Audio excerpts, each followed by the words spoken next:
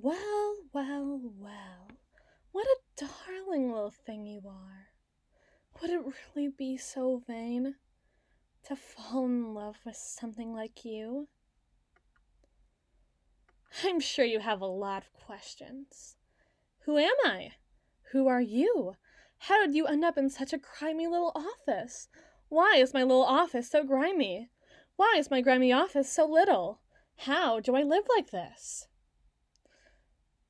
Look, rent is expensive and garbage day only comes once every 2 weeks, and I have a lot of disposable water bottles, despite the fact I know that's terrible for the environment because there's a large deposit of rust in my water supply and I don't know how to fix that, and my garbage cans are so small that I can't contain all the water bottles, so this is a hell of my own creation. I'm sure there's somebody out there who lives like this by choice, and that somebody is unfortunately not me on this fine day. This is a very bad introduction to your god, but what else could you really hope for? Is it more terrifying to face the fact that your god is incomprehensible and unknowing and oh so divine at a scale above you? Or is it to know that your creator is just the man? A man. And not even like an especially competent man. A mastermind of a man. Not even a man. Just some lady. That's what I am to you, by the way. Your god. I'm not even speaking of it like this to be arrogant or conceited. Any ego that I had shriveled up and died way back in grade school. There's no joy to get out of being called a god, or even something closer to like a demigod, a son of God, something worthy of being worshipped and kissed regardless. I'm stating it as a fact. I am not your mother. I created you, but you are not of me. Therefore, I am a god, and not your mother. You are words. You are text. You are a vague, blurry, constantly shifting image within my mind. A lamentful configuration that just happens to wear human skin. And you are created as you are, for my sake and my name. For the sake of a narrative, one that I get to choose how it unfolds. And, in that narrative, in that oh so special narrative of mine, this is the part where you would die. Not here, and not as I live and breathe. And now as I live and breathe and you so clearly stand before me as a living, breathing person and kind, but kind in the same way that you stand before a living, breathing person, who just happens to be only made of ink and imagination. And if I'm being honest, I'm almost happy that you're here to help me puzzle this out. I hate talking about my writing with strangers, even the closest of family members and the closest of friends, even some significant others. At times, it never feels right. They're not. They're basically strangers in that way. Strange people left at the mercy of a strange world that I'm so familiar with. It's almost like I'm bearing my soul to them when I do that. I don't like it. But you are that soul cut in twain. You are me, but you're also everything I love in a way that's so fundamentally not me. You are basically every other story that I love, just put into the same flesh. You can understand where I'm coming from, the way I'm thinking, in a way that nobody else could, because, like I said, you're just a fragment of me. In the same way that every other character in the same story is a fragment of me. I just can't talk to all of them in the same way that I can talk to somebody like you. Somebody who has just miraculously sprung from the text in the same way that Artemis sprung from Zeus's head in full battle armor. And yet, here you are, almost in the same manner. I suppose if you're wondering if I love you so much, if you're everything that I love about writing and reading and consuming stories, and in return creating stories to be consumed in the same manner, why would I be so willing to kill you? Well, I guess that's just kind of what happens when your own characters get away from you, because you are a character.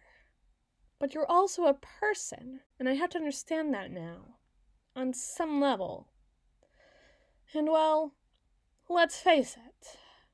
A person wants to live their own life, but a person is also incapable of recognizing their own dramatic arcs when they see them.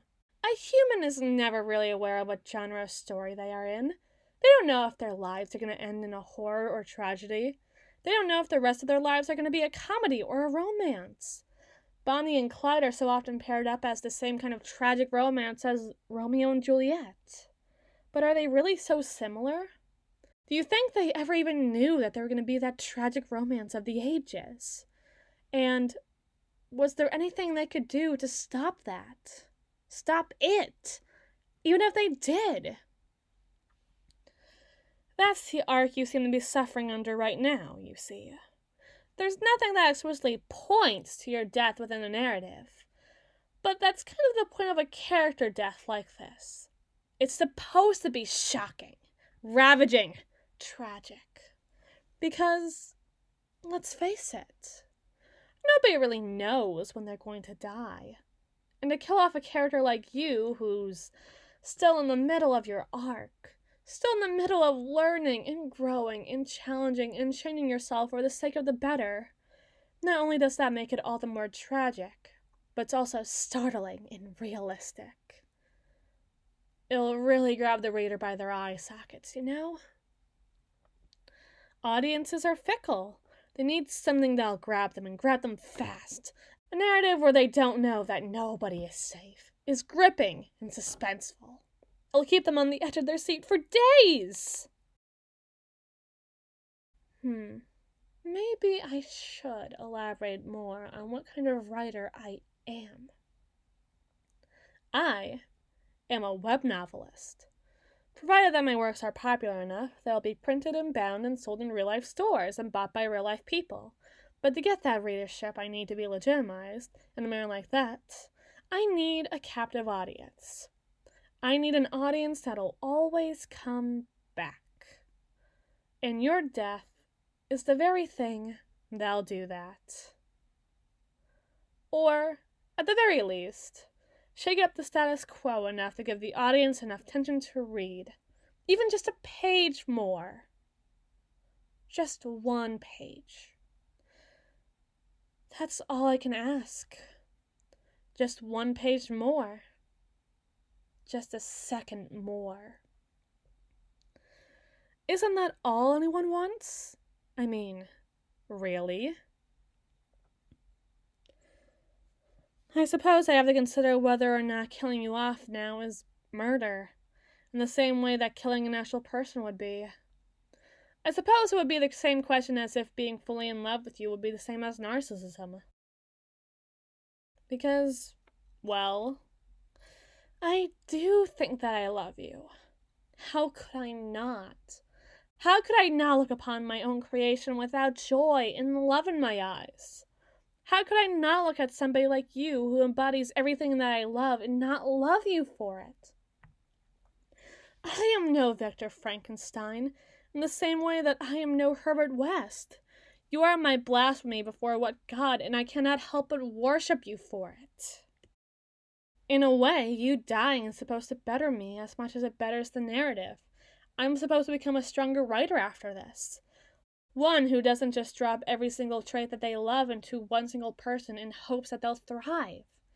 The only thing I could really think of doing with your character now is, well, to come up with a new twist for you. To come up with a new, startling way to cause your story to change. To shift your trajectory, to shift the narrative to... I don't know. We so often write with an outline, but the narrative never goes as we expect it to. Of course, there is this little rewrite that I've had in my mind for a while, but I want to know what you'll think of it before I actually begin putting it to the page.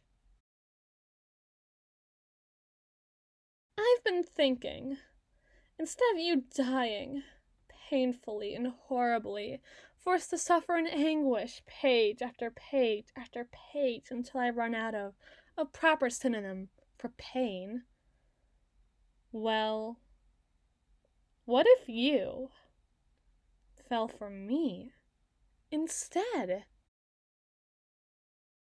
It functions the same as a death in a lot of ways. It removes you from the narrative and shakes up the status quo to keep the audience reading, but it'll be written as if you elope with a previously unmentioned lover that's always on your mind, always in your heart.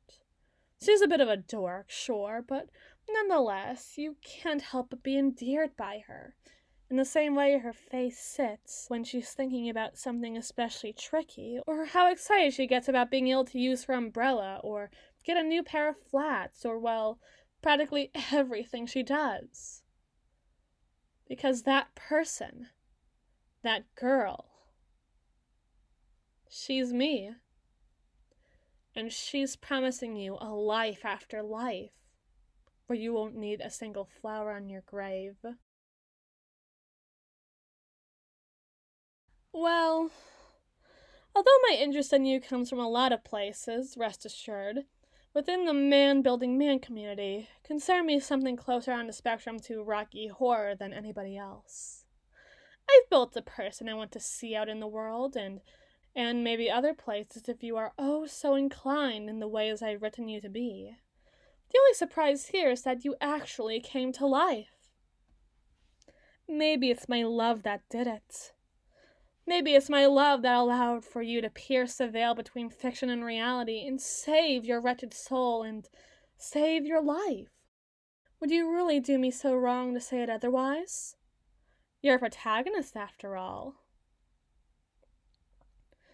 So, I guess you have a choice, stud.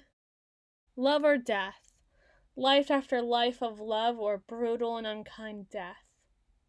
It has to be brutal for the reader to believe it, after all, after so much care went into you. I'm sure you can understand that I love in kind in the exact same ways. Make your choice, and make it fast, dearest, beloved goody-good. I know how your arc would end under more normative circumstances. I already know what choice you'll pick, because I know you better than you could know anybody else. And I know them just as well. I think you better hurry before the ink gets too dry.